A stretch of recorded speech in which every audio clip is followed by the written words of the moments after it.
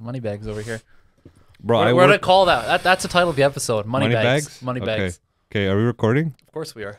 Okay, so there's a lot of problems that people have in life that create insecurities. One of them is the idea of who you actually are versus who you think you are. So your narrative self. Okay. So who you think you actually are in the eyes of other people versus who, like Hector, yourself as a third party. So you're saying you mean how people see themselves versus how other people see them. Yes, but also there's an aspect of making certain things that you're known for in your head that aren't actually real. For example, there's tons of guys that went to jiu-jitsu 3 times and now they're fucking talking about it like they're like a black belt. Yeah. Or with any other subject matter. That's called cognitive dissonance. Sure. You might have heard that before. We've heard that before. Yeah, that's what it is. But it's interesting because this idea of your narrative self creates a lot of insecurities, especially in men, because men have this ego that women don't have, I believe. Yeah, no, I agree with that. And it's interesting because if you ask a very smart person, they're very humble about what they think people think of them. Mm-hmm.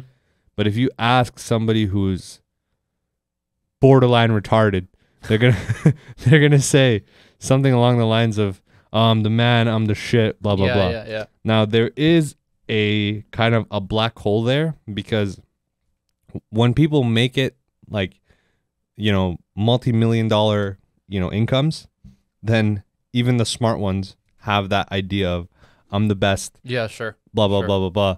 It's better for marketing, like if you're in the social media outlets, but just as a person, like if I want to be friends with somebody, I don't want somebody, that's out of touch with who they actually are in the face of other people. Okay.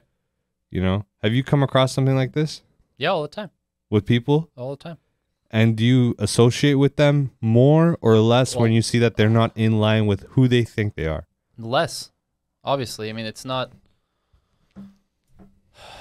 It comes back to being genuine, and that doesn't mean being genuine doesn't mean that I agree with who you are or what you're about. Yeah. Right? Because I could hate your guts, but I'd be like, yeah, you know what? It's consistent with how he presents himself is consistent with what he says he is versus how I see him, and so it's like regardless of how I feel about that person, the fact that he's consistent and genuine is like that's good enough for me. Yeah, versus like them not being that way, and let's say somebody is trying to impress me or trying to come off a certain way, or even like in a group setting. Yeah. And I'm like, yeah, I don't like this person. Not because I don't like what they're about, but like I can tell that this isn't them kind of thing. So yeah, I see it all the time. I see a lot of disassociation with women and how they think other people think of them. For example, I work in a very shallow space where in the last 10 years I've worked at clubs and nightlife a lot more than most people, so I come across this a lot. And all the like Instagram baddies and shit like that in the lower mainland, like you come across these people, and the number one thing that I noticed that all these viral like masculine videos kind of outlines as well is like, if you ask a girl, like last night I asked 3 girls, I just kind of did like a social experiment because it was so dead. Yeah. And 2 coworkers and 1 Korean chick, and I was like, what do you think you can improve on? And this is such, I just want to tell people, this is such a, I don't say fucked up, but this is a fucking funny ass question to ask somebody at, what was this, 1 in the morning? 11:30 till 2 in the morning. Let's say 1:30 in the morning on a Friday night at a nightclub. Imagine getting that question. But like, you're fucking like 5 drinks in at a minimum, and then you get this question. But Hector, I'm the type of guy, like, when we did like interviews with people, yeah, I have a certain comfort with like being able to approach most people.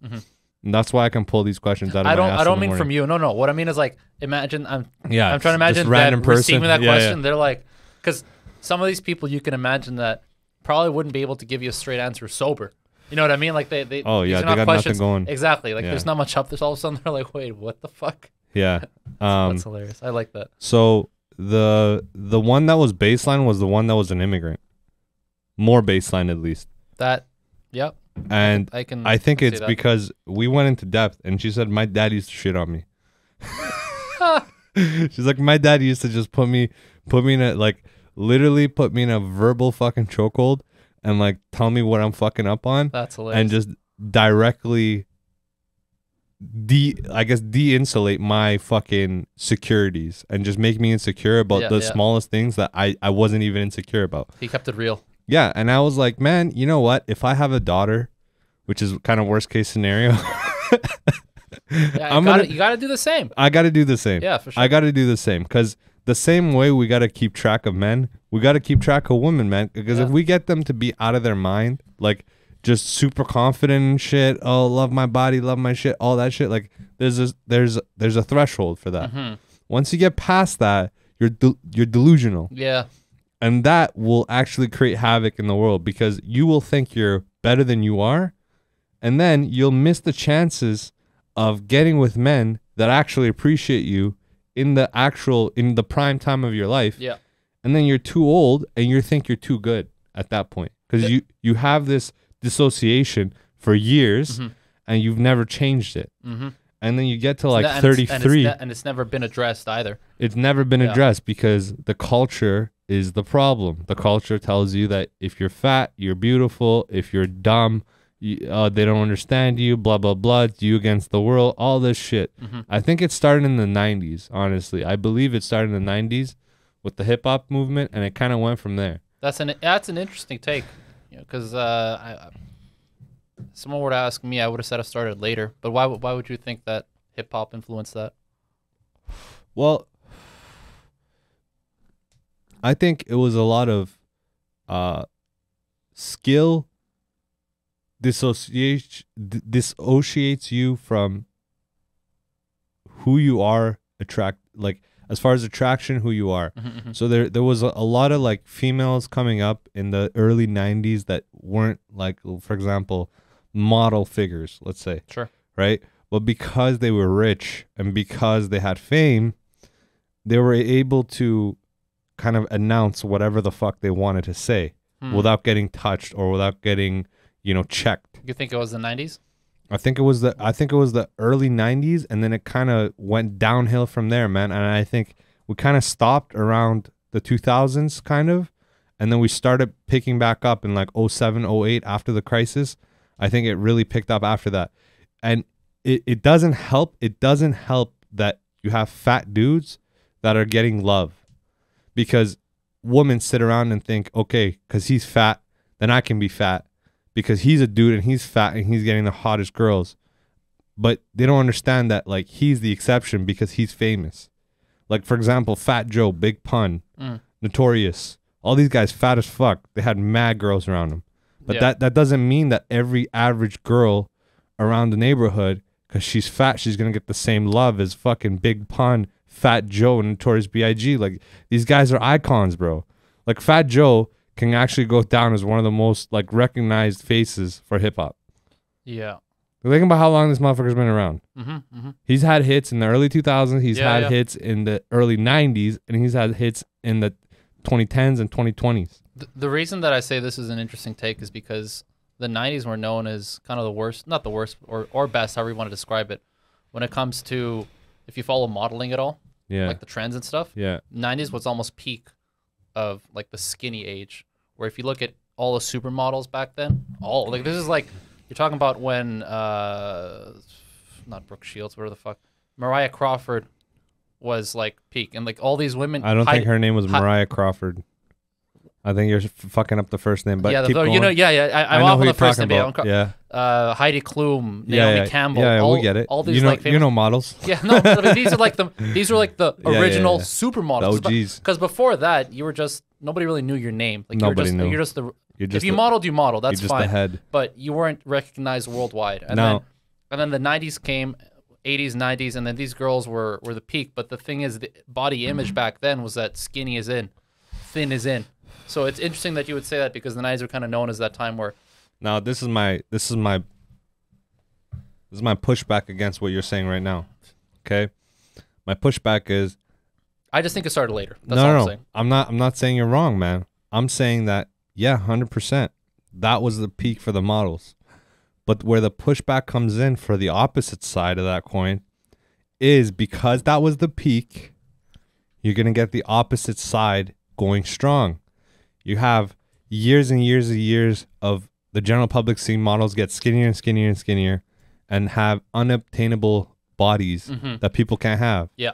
So the movement of people saying, no, I am fat and I am beautiful is going to start at the peak of the opposite side. So if you have models being the skinniest they were in 1990, let's say, that's when you're going to have the opposite side movement starting to like go strong. I don't think it's... I disagree with that. I think that happened a lot Agree later. to disagree, but yeah. I just think that even Tupac had songs like, yeah, you're beautiful, blah, blah, blah, like talking about like fat chicks and shit. And I'm just like, not just fat chicks, just like girls that don't deserve recognition. Just like men that don't deserve recognition. If you start idolizing, gangsters, you're going to get their fans that are failed humans because they're following that. Yeah. But they're not the 1 out of 10,000 that made it or 1 out of the 100,000 that made it. They're one of the millions that didn't make it but acted like they're idols. So you're going to get a lot of like broken, pretty much like a broken state of people where they don't actually understand what life's about. They don't understand what goals are about. They don't understand their baseline in life in comparison to other people. Comparison is bad, but you need to compare sometimes to just get a baseline of like, hey man, for my age group, how am I doing? Am I doing well? Am I not doing well? Well, if I'm not doing well, I got to start working to do well. And if you don't give a fuck, right? Let's say you don't care, right? Hector Zuniga, you don't give a fuck about being your best, being the smartest you can be, just being your overall best by the end of your life. You don't care about that. Then you can't complain about how you're not happy with your life. You can't do both, right? You can't have, in my language, there's an adage. You can't have khoda and khorma, right? Which means like you can't do your fast during Ramadan and still eat the desserts that you want to eat. Yeah. You have to do your fast to be religious, or if you don't want to be religious, eat your desserts. But you can't be both, right? You got to pick your path, right? And this generation is having a very, very hard time because for them, both paths are hard. Yeah. And they want an easy gray path. And there's no easy gray path. Like I'll tell you myself, that I've been looking for that gray path from from when I started doing dope till when I fucking came out of prison. I was looking for that path and it was nowhere to be found, man. I'm telling you right now. There's high and low. High and low. It's just like you pick your path. There's two paths, man. Really, there's two fucking paths. And it's very interesting because men usually, because of our nature of clowning each other within our group of friends to the point where like, for example, us, we're not close like we were in Pornaholics, right? Those group of guys, we're not as close. Like I completely dissociated with most, and most of them dissociated with me. And it's kind of like, yeah, we're friendly and stuff, but it's like very different. Yeah. But that's still healthier than having a bunch of friends praise you for something you don't deserve. Like I'd rather have Vic and Emil not be as close to me, but be realistic with me. Then be like, Armand, you're the best in this. You're the best in this. You're going to make it. Blah, blah, blah, blah, blah. Yeah. Putting rainbows up my ass. And then in the long term, that fucks me because I have this ignorant idea of who the fuck I am and my fucking abilities. And if my friends aren't going to put me in my place, who will? Yeah. Because when Sonny was trying to lose weight, I'm like, bro, you're fat as shit, dude. Like, bro, my thighs are smaller than your ankles. There's something wrong here. Yeah. Right? And if I don't say that, right, it comes from a good place. Of course. It doesn't come from a place of like bullying him. But I think men generally, what do you think? Do you think men take it better than women? Well, I think Constructive criticism I is think what I'm what's talking about. Yeah, what's important is the approach, right? Because men are used to different styles of approach when it comes to that sort of thing than women are. Because we're Um, Men are used to that kind of approach because that's generally what they're used to in life. So how you play as a kid, how you interact with your friends is a lot harsher in general. So when it comes to people coming to you with constructive criticism or calling you out, you're going to be used to that. Like if someone raises, a good example is, you know, just raising your voice with another guy sometimes. Like if you get excited or if you want to get a point across, you'll raise your voice. You know what I mean? Like you'll raise your voice a bit. We do. And most guys are used, well, I'll just say most guys are, to be safe. Most guys are used to that. Yeah. So they'll be like, okay, you know what, he's being passionate or whatever, and it's fine. But you take that approach with some women, I'll say most women, and you're not going to have a good time because they're not used to getting that. But you know what's funny? They associate that Yeah. with generally bad things where it's like, you know, you're in trouble. Domestic, You're being whatever. punished. Whatever. Whether it was Yeah. your dad that yelled at you or your brothers that yelled at you or whatever. You don't see it as like a normal thing because when you interact with other girls, other women, that's not how you're interacting, right? It's a different kind of conversation. Do you think this is common sense? What? This idea you just mentioned? What? The approach? Yeah. No. How women act and how they talk to each other versus men act. Like, well, are you surprised? I wouldn't say it's common sense in the way that everybody knows about it, but for someone who is, you know, realistic, yes. Okay. I would say that it is. Let me tell you something. This guy in prison named Charles broke this down to me. Okay? And he was this old cat, right? Super old. He was gonna be he was serving 3 life sentences, so he was gonna be in there for forever. Yeah. And he was saying, pussies act like pussies. As you look for the answer of life, you realize that when you get a portion of the answer, you realize that the answer that you're looking for isn't the answer that you think. It's just common sense. Like being able to have good sensory observations is very crucial in life, I believe. Be able to read a room, be able to understand and gauge yourself as far as like how good you are in things like we just talked about. And it really sets you on a better path than, like, for example, just hyping up your friend. Yeah. Because I think women are slowly starting to understand that them hyping up their friends isn't the best idea. You're not being a good friend by hyping up your friend for no reason. Yeah. Because then it just what happens is there's inflation. Right? There's inflation. There is, Every time you hype up somebody, yeah. your hype ups don't mean the same thing. Your compliments aren't as important. I think there's also something to be said about being able to analyze a situation rationally, and that's something that I think a lot of people have, but not all the time, and that goes along What with. do you think has that more, men or women? Oh, that's tough, man. I think that's more to do with your upbringing. Sure, but from Honestly. some subjectively, from what you've come across, do you see men having that more? Men are stereotypically more rational. We'll say that. Why, Hector? Tell me why. What do you? Why do you think what do that you think men are more what rational? the fuck's my name? Like it's fucking Freud over here? No. But you're a smart guy. I think you'd know the answer to these.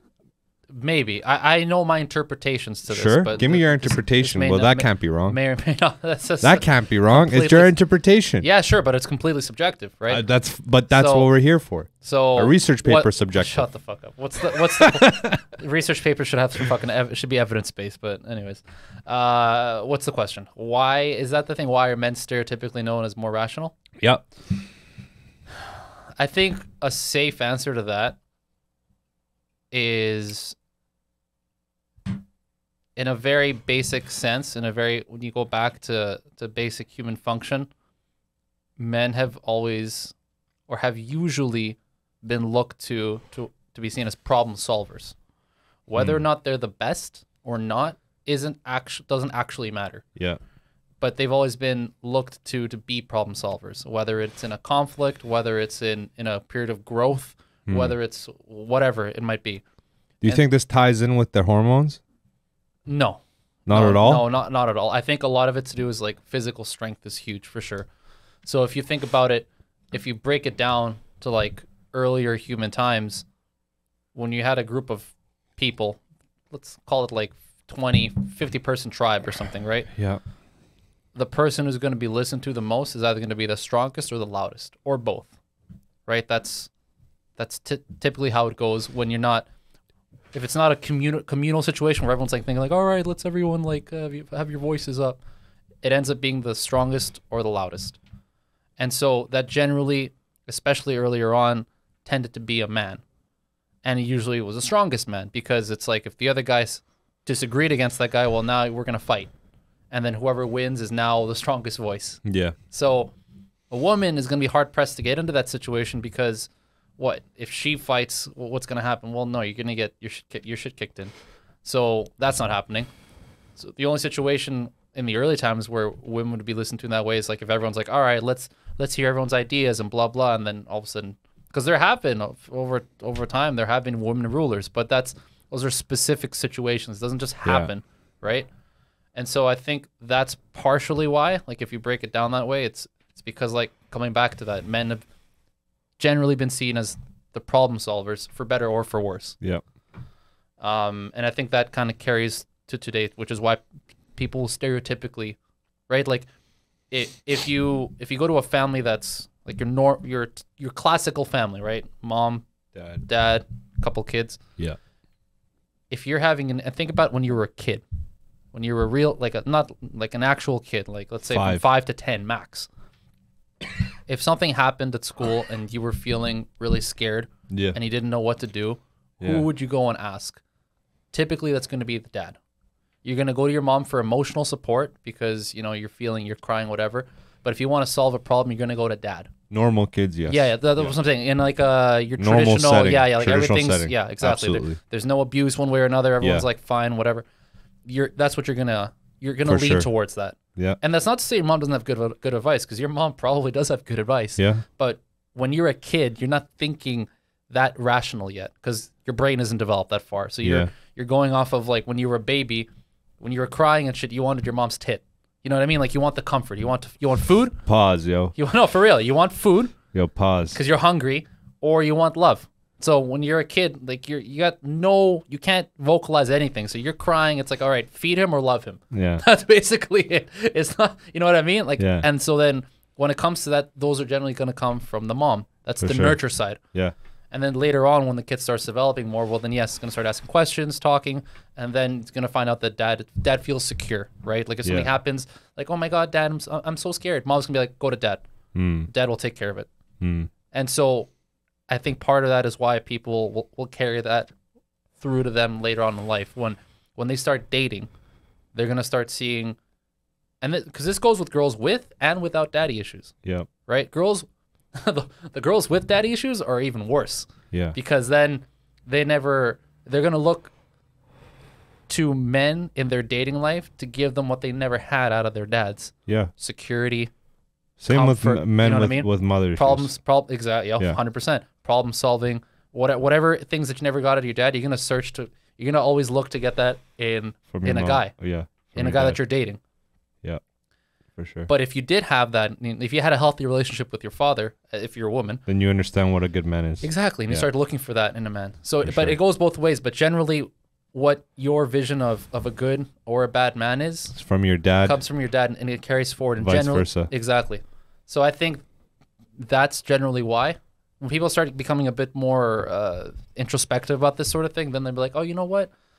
Yeah, I guess it's possible that, my mom was probably right over my dad, and like my dad could have provided better emotional. Like then you start. Then you start to configure. Yeah, then you start to break it down a bit, but before you get introspective, you're kind of going like baseline off of these very simple things, right? That you feel. So at face value. That's my take on it, anyways. What's also interesting is, this culture has made it very interesting to date in Canada, and the only reason that I have some insight to what it is in other cultures is because I'm still very bound to my own culture. I've always tried to stay bound, just like understanding the languages and keeping in touch with it so I don't lose it. And it kind of makes me who I am, right? My ideologies, my thinking, my choices. But what is interesting is that in Middle Eastern culture, if you're interested in a woman, what happens is you have to be at least, in my part of the city, you have to be from at least like, 17 to 20. You have to be able to like provide, Okay. at least provide, right? So there's no dating before that. There's no such a thing as dating. Yeah, there's no such thing as dating. There's right? no such a thing as dating. Yeah. I mean, it's a modern thing that's coming up now, Yeah. but the whole Islamic religion has made it in a way that you have to kind of abide by the rules because most people do. What about pre-revolution? Different, Right? very different, but again, very conservative, Yes. Okay. right?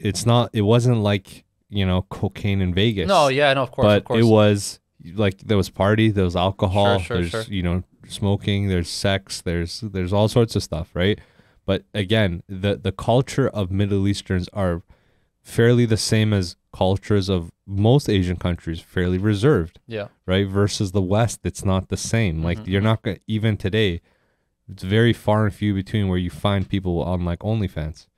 In Asia, there's even though there is for sure, absolutely, they're not the rule though. They're the exception. Versus here, it's like, 6ix9ine broke up with his girl, and fucking the day later, she had lipstick on her ass cheeks saying, "Come see me live," blah blah blah. Like it's crazy, bro.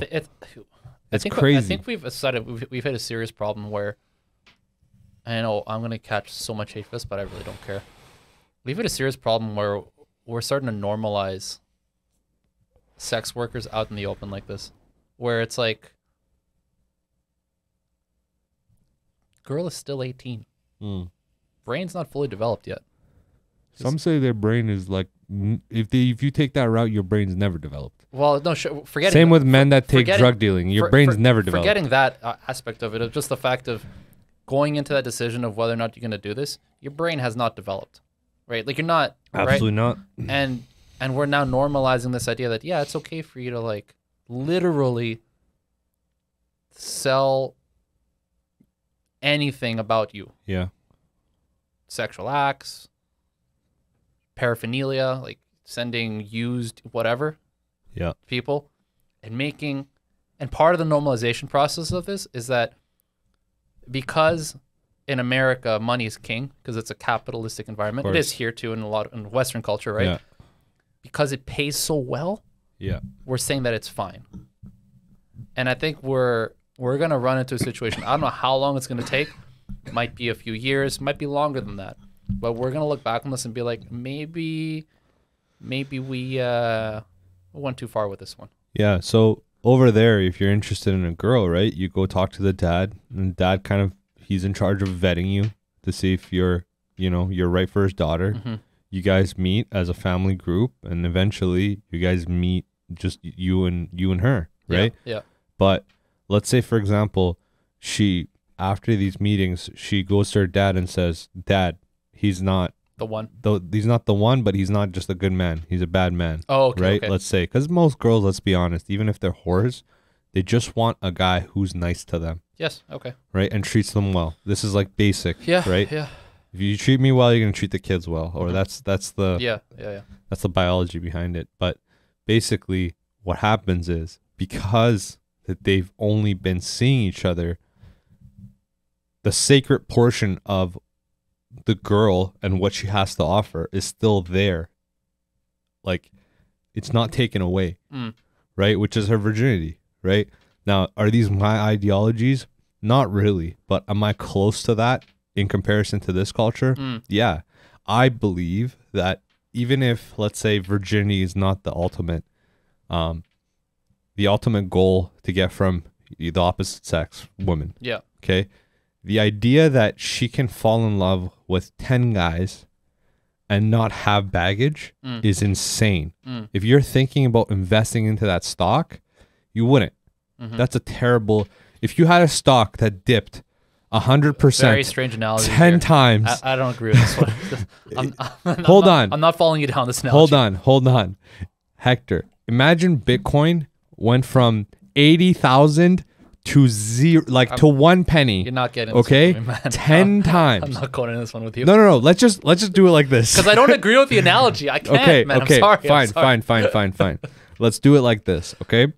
How many stock have we seen on average that has dipped 100% and has come up again?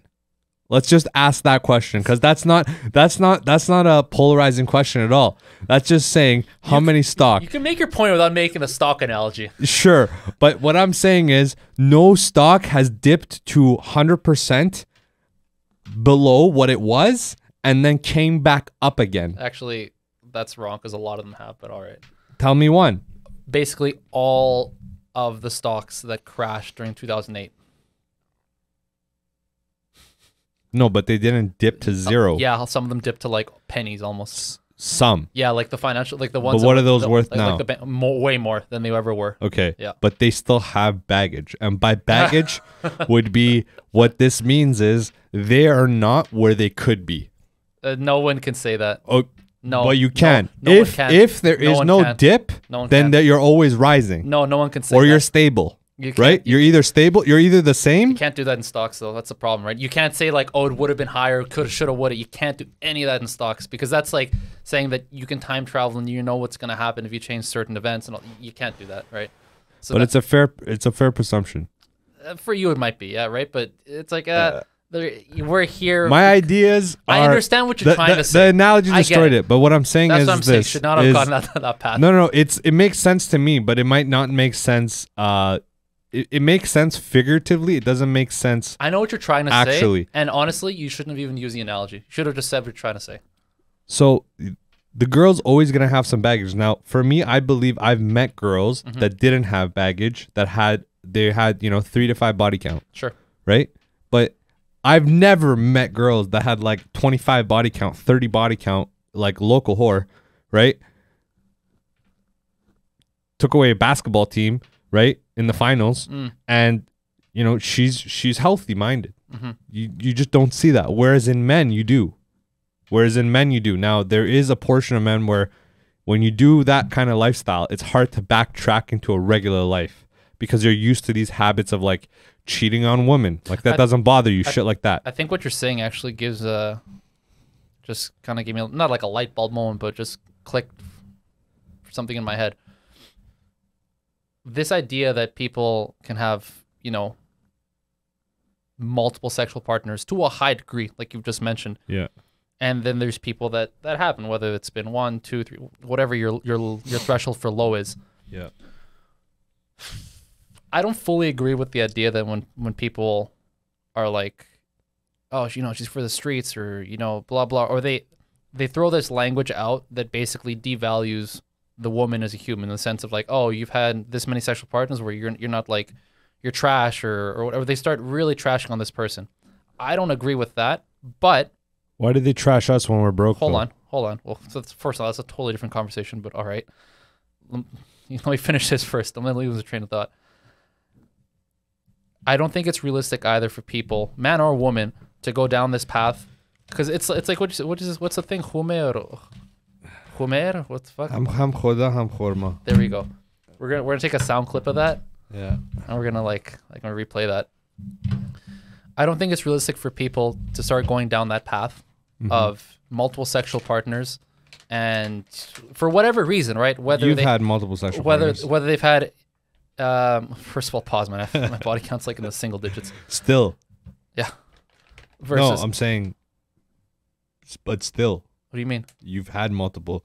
Yeah, but what I said is like people would have different thresholds for low. So for some people, it's like, no, my cutoff is 0. It's like, all right, well, what are you? You're fucking super religious or what? Or my threshold is 5. Whatever the threshold is for low, everyone's gonna have their own, right? And so that's between them and the potential partner they're looking at being with. You got to figure that out yourselves. But what I'm saying is, whether you have multiple or whether you have low, you have to make that choice really early on. Because I don't think it's realistic for people to start, doing whatever lifestyle they get into. And they're like, you know what? Let's take the example of, multiple sexual partners and like at a high count, right? Like you're just, like you said, the local whore. Okay, we'll use that example. And all of a sudden, girl has like a light bulb moment. It's like, oh my God, I really need to find a guy that will treat me well. And I need to straighten out my life. Like whatever. Like there's this moment like, oh my God, I need to clean up my act. Unfortunately. Yeah. You've already made a choice. You've already made that choice by the actions that led you to this moment. Mm-hmm. Now, that doesn't mean to say that you are unworthy of living and you shouldn't have a fulfilling life. Nobody said that though. No, well, no, some people do, man. Some people do. Some people are fucking harsh with this shit. So I'm like, I don't fully agree with that, but I don't think it's realistic to turn around and say like, you know what, I'm gonna like change my life, and it's like, no, because you've already made that choice. You already lived that. So if you didn't want that, you should have figured that out earlier, because to then come back, you can't undo some of these things, right? Yeah. So you can't go back in time and like undo all those actions that led you to this moment and Get a say, you know tighter what, pussy. I want to go to the other path. Yeah. So, and it goes likewise too. People that, you know, are going to be in committed relationships and they're going to be like, no, you know what? I'm going to be faithful. I'm going to listen. You can't then go and start doing other things and then wanting to come back. It's like, you can't go and cross these paths. They go different directions. What happened to being a good-hearted Catholic or Christian, forgetting and forgiving? What do you mean? Some people don't believe in forgive and forgive, by the way, that are Christians. They believe, like, some of them are like hardcore, like, no, you're going to hell, motherfucker. True. I just think that if you're men or women, I think men are less susceptible generally, but to being in committed relationship after living a life of being a dog. I wouldn't say that. Yeah, because I've had many interactions with You slept with a lot of men? girls that are in my number range, and none are even close remotely, and that might be a subjective data for sure, but not even remotely. Like, we're talking like 50 to 100 people that I've come across that have the same kind of numbers I have, and that doesn't mean that it's me, but like, I have friends that are very similar to me and very like-minded as well. For example, a couple of them have been on the podcast. Sure. And I wouldn't say that we think exactly alike, but they're sound individuals generally. Whereas if I brought these girls on, within 15 minutes, we'd have a fresh and fit. Right. So it's, I think generally, the idea that you can bounce back even as just humans from living a life of like, fucking a bunch of people and shit like that, and having like a very open lifestyle, that might be for you, but it's very hard to bounce back, like old habits die hard type of thing. No, I'm saying you can't. Yeah, I said you can't. that's what I said. I know, but I'm saying generally you can't, especially in women. Some men can. Sure, Some men can. They might be able to change their minds, but what I'm saying is you can't, because it's done. Like, your actions have already happened. You can't undo actions. No, you're not saying you're saying. undoing actions. What we're saying is that you can live that kind of life and then have a relationship that you die on. Oh, so You understand what I'm saying? Sure, yeah, but You might change your wording there then. no, I'm still on the same. It's like, yeah, you might try, but it's like it's over. Is what I'm saying. Like, it's done. No, but what if you had okay. this life, and I don't say you're tainted, but it's like you've already made these decisions, Sure. and to just wake up one day and say that you're not going to do that anymore and you're just going to live a totally different life. Yeah. You might try, you'll do it, but you're not really living the same life compared to somebody who's actually been living that life for X amount of years. Yeah, but that's not the That's not the argument. That was my argument. Oh, okay. Oh, okay. Fair enough. That's what I was saying. That's sound. I think, is it doable is my question. I think it's doable. Man, if I think people it's will hard. try, right? People will try. I think it's hard, but I think it's the same thing. Okay, let me put it to you this way. If I didn't believe in that, I wouldn't be doing my lifestyle. Do you understand that? Sure. Because you might be one of those sound individuals that has started that from the get-go, but I was a crook for many years. Sure, yeah, no. So it's like, for me to say that I don't believe in that would be like, what am I doing? It defeats my purpose. Do you understand? Not really. You can just keep living that life. Yeah, but that life is grim, right? That life is grim. My friend, you should have chosen differently from the beginning. Look at this. Okay. Look at this pastor coming out. Jesus Christ, where are the little boys at? Fuck. Should have done it differently from the beginning. Where are the my nuns friend. at, man? That you Okay, anal at nighttime. You had how many years to get to this point? But what I'm saying is, I think it's doable even for men. I think once you're in the halfway mark of your life, so let's say if you live a good 60 years, at the 30 mark range, is if you haven't changed by the 30 mark range, very difficult to change. Now, am I saying that you can't learn anything past 30? No, you can. Yeah. But being a different person entirely is very difficult because interesting. people generally don't learn from their People are generally problems. consistent in life. If you've noticed, as much as they might change and stuff, people are generally consistent with a lot of their habits. Yeah. They might, try and adjust and veer and change, but people are generally consistent for so many reasons. That's why when I meet people that are they've kind of laid back and done some fucky shit for a while, Yeah. and then they're trying or they have, they're in the process of, or they've already done the switch over where they're like real respected people Yeah. in society. I like not appraise, but I'm very I respect them a lot Mm. because I'm like, man, if there's a definition for going against the grain, it's you. Yeah. Like yeah, it's you, man. Like being an adult, you realize that time goes by faster because you're busier Yeah. and you have less time to change. Mm-hmm. So it's like people always say, like every prof I come across at SFU, when they know I'm 28 and I'm in like second, third year Yeah. courses, they're like, dude, good job, man. Yeah, Like, yeah. I've even had like, I've seen that too, and like because BCIT has a lot of that. Yeah. You know this, and you'll have people, especially like night classes are Yeah. especially where you see the most of this. And yeah, they generally get the most respect. like a I was like a 40-year-old dude who's doing like mech classes right now. You know like, what I mean? okay, I'll tell you this. We have projects where we have to do certain, for example, I'll give you an example. We had like some JavaScript projects, so we had to do some animations on a website. It was some 3D designs, and it was like a video, and it's like you just have to like do a lot of JavaScript. And it was four of us, Mhm. right? But you get singular marks because Okay. your code is coded. Yeah. So like my code is coded with my student number. Yeah. So yeah, he I knows gotcha. what I did Yeah. versus what other people did. 3 other kids, okay?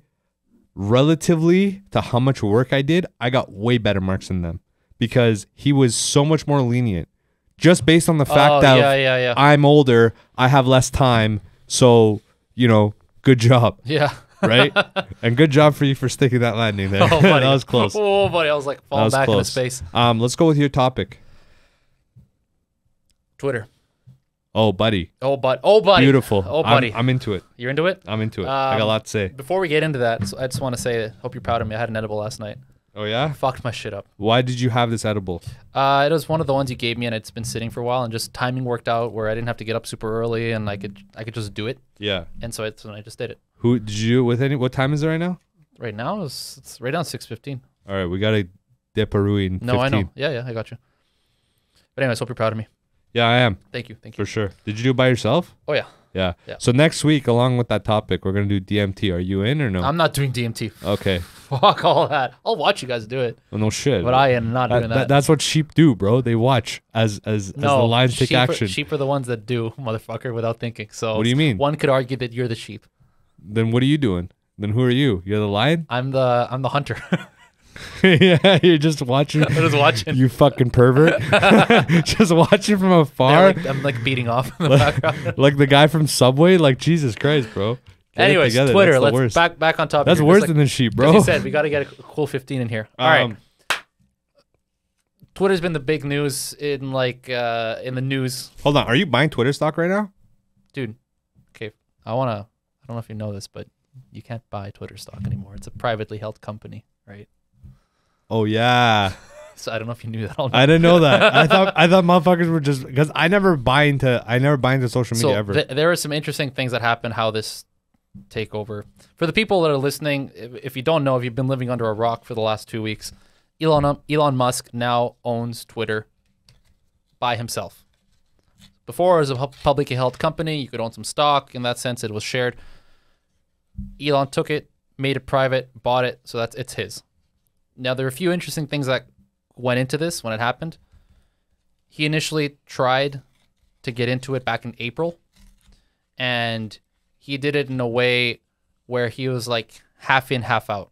He bought controlling stake in Twitter because you can just buy, if you buy enough stock, you have a controlling stake, right? Yeah. But he decided he wanted to back out of this out of this takeover, and then some shit happened that I haven't read up on yet. But then the SEC got involved, and they're like, "Listen, motherfucker, you can't try to buy a company and then back out, and then you can't fucking flip flop like that. You're gonna buy it, you're gonna fucking buy it. So we're forcing you to buy it. So there was some back and forth between Elon and the government. Eventually, Elon lost, and he was essentially forced to buy Twitter at a determined value of like $44 billion. Yeah. They're like, it's too late, motherfucker. You're in. You borrowed money against Tesla stock. You did all this shit. You've done too much. You got to buy it. Yeah. And this is the government, so he's like, all right, fuck it. I guess I'm buying it. So he's bought it, and a lot of things have happened since in the last 2 weeks. You know, stuff like as soon as he came in, he laid off half the staff, just gave everybody severance packages. And of the people that were left, which is like 3,000 and something, he put kind of an ultimatum forward and said, everybody, please be advised, we're going to enter Twitter's 2.0 phase. Anybody who wants to stay. Anybody who doesn't, take a 3-month severance. Some conditions here, you're going to have to work your ass off as much as I tell you. Probably 12 hours, 16 hours, basically whatever the fuck I say. And we want all hands on deck. So anybody who's not into this, please take 3 months. Something like 80% of people took 3 months. So more than he expected. And then after that was done, and they gave people like 1 day to decide this, right? Of the people who were left, which the majority of these people were just like H-1B holders, like the visa guys. So if they lose their job, they got to go back to their country. So a lot of people were forced to essentially stay. Elon did a code review. He's like, everybody, we're going to have a meeting. Bring in your best code, whatever the fuck that's supposed to mean, right? Bring in your most, I think one of the words he said was salient. He said, bring in your most salient code. We're going to do a code review. Of the people who came in, more people were let go off of that code review. And now they're in a place where Elon's trimmed, in his eyes, the fat off of this company, and he's going to bring it into profitability, a new world. Well, the thing is now, as a private company, he doesn't have to disclose shit. So we'll never know if it's actually doing well or not. Yeah. Because he owns it by himself, unless he decides to fucking bring it back to the market. But other than that, anything that happens is basically like a black hole. You don't know. Yeah. What's interesting about this is many things. One, for me, is people are focusing on all the stuff that's happening with the employees, the layoffs. You hear about it everywhere. If you go to LinkedIn, everyone's talking about like, oh, I was laid off to Twitter, blah, blah, 10-year employee, all this stuff. Fair enough. These are like real problems people are facing. But Elon's when he first got into it back even before April, his whole thing was that he wanted to make Twitter a haven for free speech again. Because he disagreed with, Twitter censoring people, canceling people, banning Trump, banning Kanye, banning anybody, really. He's like, nobody should be banned in a place where free speech is supposed to be something that's like an important pillar of this organization. Right. So that's why he supposedly got into it, not trimming doing all this profitability. That wasn't it. He was like, I want to make Twitter a better place for free speech. Everybody's forgotten about that because of all the shit that's happened, but that's why he bought it. Now, you want to get into some weird shit? What's up? So I started doing some digging. Do you know what Peter Thiel is? Peter Thiel? It's like the PayPal. Yeah. The original. This guy's got a lot of money as well. He's not obviously as rich as Elon, but he's a billionaire, and I think he's more liquid than Elon because he does a lot of investing. But that's just me saying it, so I don't really know. What is true is that he's involved in a lot of different projects everywhere. And one really interesting conspiracy hole I went down the other week is that Peter Thiel, who used to be part of the Stanford Business Review. What's the minute right now? You said conspiracy. We got to cut that out. Oh, shit. It's 48. Okay. Peter Thiel he went to Stanford. He's part of the Stanford Business Review, which is like or I don't know if it's a business, but like a paper in Stanford. Yeah. Okay. And people have tracked his involvement because he actually founded it and the subsequent presidents, and they're all part of the same group. And Elon is as well. And so what people have been saying is that Peter Thiel has actually been pushing Elon to do this. This is not Elon's idea. It's Peter Thiel's idea. For some purpose, people aren't really sure of yet, whether it's to make Twitter push forward its propaganda, because Peter Thiel is a Donald Trump supporter. He's a conservative. He's all these things that some people agree with, some people don't, whatever. But that he's going to turn Twitter into a place that he can start pushing his ideas without people actually knowing that they're his ideas. Whether it's that or something else, people aren't sure. But that's kind of something Narrative. that's going. Yeah, that's Yeah. something that's going on there. Another really crazy thing that I found out about is that Elon Musk has been known as being super technical, right? He's like smart Sure. guy, went to school, did all Yeah. these things. At one point in time, Yeah. he was known as having a degree in economics, a degree in physics, and supposedly a PhD candidate for engineering at Stanford. It's possible that almost none of that is true and that he's been faking all of this. Why that matters? Some people might not actually give a shit. But Elon has always presented himself as a person who is technical, who's smart, who's supposed to bring us into this new age, bring us to Mars, do all these things, the Tesla. He's always been known as like a hard worker and like he can code, he can do this, he can do everything. What do you mean it's not true? Like, do we now have documents? Okay, so here's where make it gets this quick. crazy. Let's make this sure, quick. sure. Here's where it gets crazy. Elon's been sued a couple of times Okay. because he had some companies that he founded that he got sued for. One of them was Zip2. One of them was actually Tesla. He bought Tesla off somebody else. Yeah. And that person that he bought it off, he pushed out of the company. And that person ended up suing him. Well, when you sue somebody, you end up basically digging into their entire past with documentation to find out what's true and what's not, because you want to discredit them, whatever you want, right? In these lawsuits, his education was dug into. University of Pennsylvania, Stanford. At Stanford, there's no record of him being accepted as a PhD candidate anywhere in any of the years that he claims. Okay. Pennsylvania, he has a degree for Bachelor of Economics, but his degree in physics isn't actually a degree in physics. His second degree, literally on the certificate, just says bachelor's. Doesn't say physics, just says bachelor's. And if you go into the graduating class of 97, 95, whatever the fuck he said, if you go into that graduating class, the universities will always publish, congratulations to the class of blah, blah, blah for this area of study. If you go to the physics section, Elon's name is not there. It's like 10 other people, but it's not Elon. So it's possible that that degree was also faked. Okay. So How do you fake this? Do you just tell news outlets that I have these degrees and he's been on record saying that he has all of these things. He's talked multiple times about, back when I was accepted into Stanford for PhD. So right now you have 2 diplomas from BCIT. Mm-hmm. Can I dig that up? Of course. How? You can just go, you can even pretend you're a university and just ask for my records. Or if you're a journalist, you can go for it as well. Now, is there a possibility that these records were lost? Not in the digital age. But we're just believing a third party's, or are we believing court documents? Is Court documents. Okay, so these are proven facts. Yeah, and that's where it gets weird. It's like yes, but no, because there is what the fuck's it called when you interview someone in a legal deposition? Yeah. There are deposition records of the lawyer and Elon going back and forth. Yeah. And the lawyer's got everything that I mentioned to you, right? He's like, "What about this?" And the way that Elon answers, he's deflecting as much as he can, right? Yeah. He doesn't want to outright say this or that because that could, they'll hold him to that. Yeah. But he doesn't come up with any good answers for why that second degree only says bachelor's, and for the PhD thing as well. So it's some really weird shit. And for some people, who gives a shit, right? Whatever. It doesn't do Yeah. anything for my life. But for other people, it could be a big deal because it's like, we're believing that this guy is some like savior of society. Again, I think there's an idea of being able to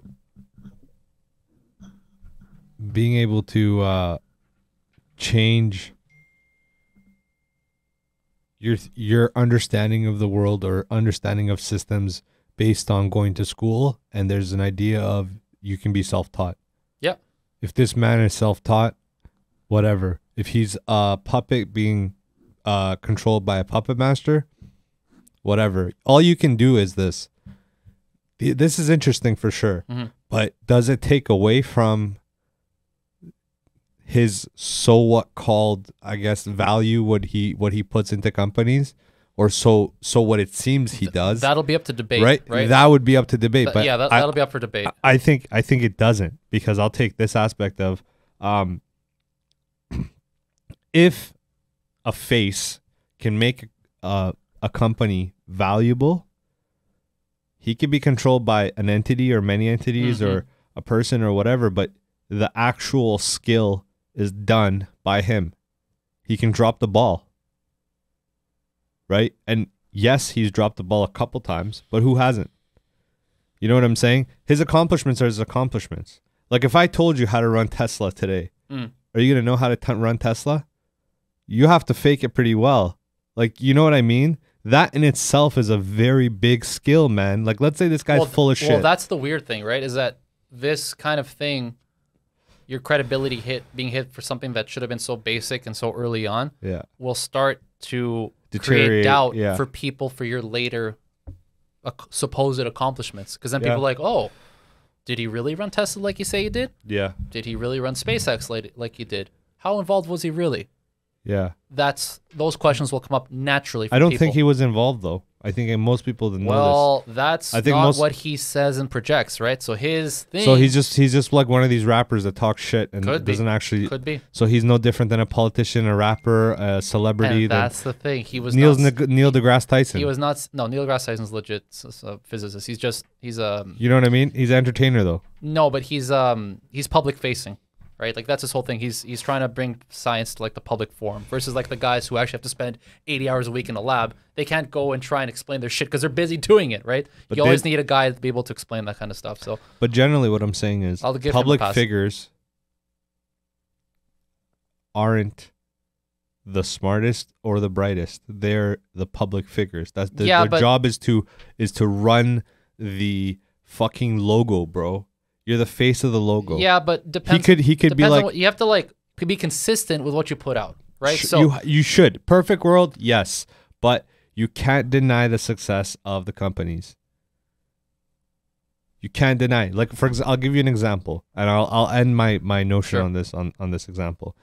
If you told me all the information in the world, I wouldn't be able to process it. Sure. So I can't physically do anything about it. Do you understand what I'm saying? Like if I knew all the information in the world, how to solve all the problems in the world, I wouldn't know where to start. Yeah. Okay? Running a company or multiple companies is the same idea. You don't know where to start. Now, the interesting part of this so what idea, what you're saying of Elon, is that you could say, is Peter McNeely? Who's that guy? Peter Thiel. Peter Thiel. He is the actual mastermind. Yeah, could be. Like, and that's like off of like a couple hours of reading. Yeah, that would be the interesting. Yeah. Right. That'd be the interesting narrative. But regardless, is what I'm saying is this guy, regardless of his accomplishments as far as an educational base, it makes it even more impressive that if he's been faking it this whole time, this guy's a great fucking actor, bro. He is a fantastic actor because very smart people come across Elon, and most of their interpretation of a guy like that is like, this guy is brilliant, right? Now, if you can just act brilliance, you are the best actor all time brilliance, because in real life, like as in a script, you might not come to the actual stat lines where you have to give answers to certain things. But in an interview setting where they're interviewing different parts of a machine or a Tesla or something else, and they're asking intricate questions, it's very hard to fake that as an actor because you don't know those answers. Like off the top, you don't have those answers. So whether he is accomplished educationally, what he projects is accomplished. So we have the education to get the actual end goal, right? The end projection to be able to run something. You can run whatever job in mechanical engineering, correct? Because that's what your educational base was. Sure. Now, wouldn't it be more amazing if you didn't have an educational base, but you had the same fucking information? Yes and no. Because what it does is a lot of people, you'll lose you lose a lot of credibility for that. Take away the fact that initially you said, take away the fact that you initially take that. You can't do that. No. But because sure. Because I'm saying, okay. If you could, then sure. But you can't do it though. Real world, yes. But that's the issue. But in actuality, if somebody could run something, like for example, a guy who did the bar but just studied for it. I understand what you're saying. That's insane, dog. But that's the difference between being upfront with that sort of shit and not. Because so he's a scumbag smartass. That's fucking great. Except it's not. I'll take a CEO for scumbag. A lot of people, because that will actually fuck you monetarily speaking too. For sure. Because that could tank Tesla stock, which it actually has gone down a bit. But not because of this, because this shit that I told you is not like mainstream yet. Yeah. it exists because it's out in It'll public come. court documents and stuff. I think this is getting pushed because this was probably under the covers, and we'll end on this. But I think this was pushed on because the whole idea of why he got Twitter, of having free speech, isn't what I guess you could say the bots want, man, or like what the narrative, the media right now in power wants. Nobody wants a private media entity to be privately known, have a private projection, and be this big. Yeah. So this could be one of those things that they're just trying to blackmail him on, like not even blackmail, just expose his ass on. Yeah. And it could be one of those things. So I think the best case scenario is wait it off, man, and see how the fuck this turns around. It should be interesting. It should be interesting. Yeah. Running a company with a skeleton crew, if he's actually doing 17-hour days, I don't give a fuck if he's an actor or a fucking educated fuck. That's difficult for anybody. I've worked a 17-hour day once, and bro, by the end of it, I want to put a bullet in my head. You know, rigging for 17 hours, go fuck yourself. Yeah. So like anything technical is worse, man. Yeah. It's a good podcast, bro. It was beautiful. All right, with that, back next week with some DMTs. We're out of there. Peace.